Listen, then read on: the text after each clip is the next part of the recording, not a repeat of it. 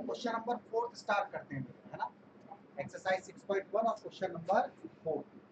अगर अच्छे से भी समझ लिया है तो घर जाकर के एक बार इसकी वीडियो देखना।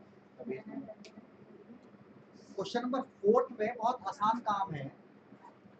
तुमसे कहा इस क्वेश्चन में एक लाइन है, ध्यान से देखना, ए बी, अपनी बुक में देखो, और उसमें ऊपर एंगल बने हैं एक्स वाई और नीचे एंगल बने हैं डब्ल्यू जेड, और तुम्हें प्रूव करना है कि ए ओ बी क्या है, एक स्ट्रेट लाइन है। ये हमको इस क्वेश्चन में प्रूव करना है। ए ओ बी क्या है, एक स्ट्रेट लाइन। तो कुछ इस तरह का क्वेश्चन दिया हुआ है, ऐसे करके एक लाइन बनी हुई है, ऐसे करके देखना ध्यान से। ए ओ बी क्या बनी हुई है, एक लाइन बनी हुई है भाई, इस तरह से लाइन बनी है। यहाँ पर एक एंगल ऐसे बना है, यहाँ लिखा है एक्स और यहाँ पर लिखा है वाई। एक लाइन ऐसे करके बनी है, ठीक।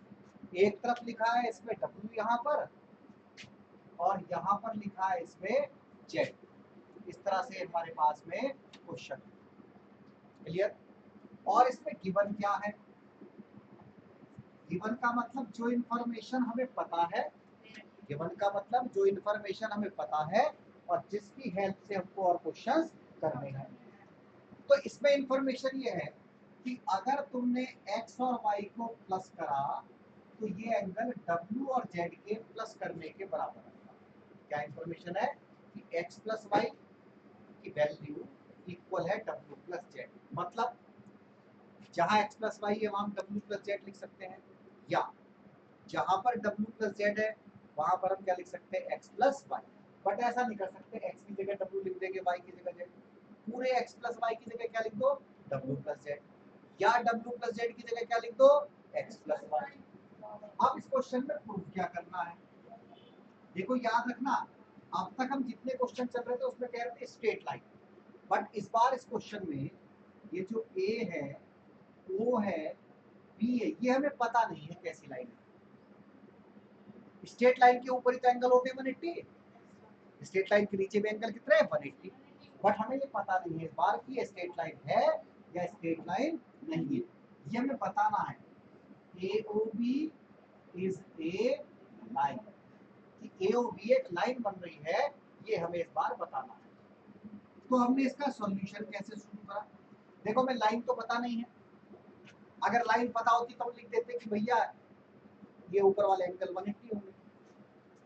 अब हमें लाइन नहीं पता, बट अगर एक सर्कल हो ऐसे करके यहाँ से शुरू करें और यहाँ तक खत्म करें तो कितने डिग्री का एंगल होता है, 360 का।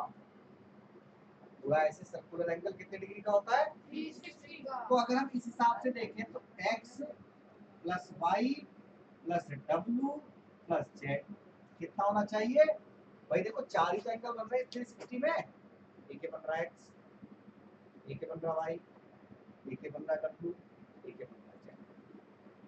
तो इन चारों को मिला के कितना होना चाहिए, 360। इन चारों को मिला के कितना होना चाहिए, तो हमने इन चारों को मिला के क्या लिख दिया, 360।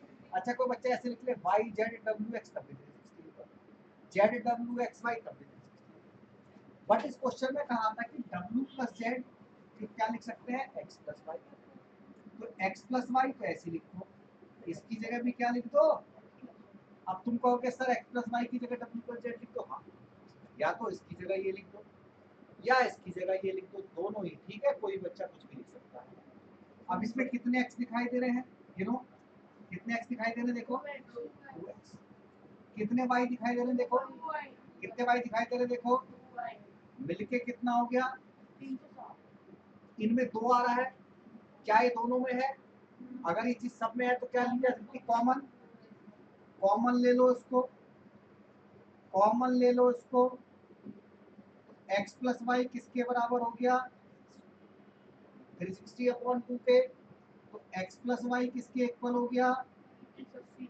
अगर ये 180 हो गया, अगर ये 180 हो गया, इसका मतलब अगर किसी भी एंगल का सम 180 हो तो वो किस पर बना होता है, एक लाइन पर। इसका मतलब AOB इज ए लाइन। तो बड़ा इंपॉर्टेंट क्वेश्चन था, क्वेश्चन नंबर 4 एक्सरसाइज नंबर 6.1। बोलो कोई डाउट है क्या किसी को, जल्दी से इसको समाप्त करो, जल्दी से इसको नोट डाउन करो।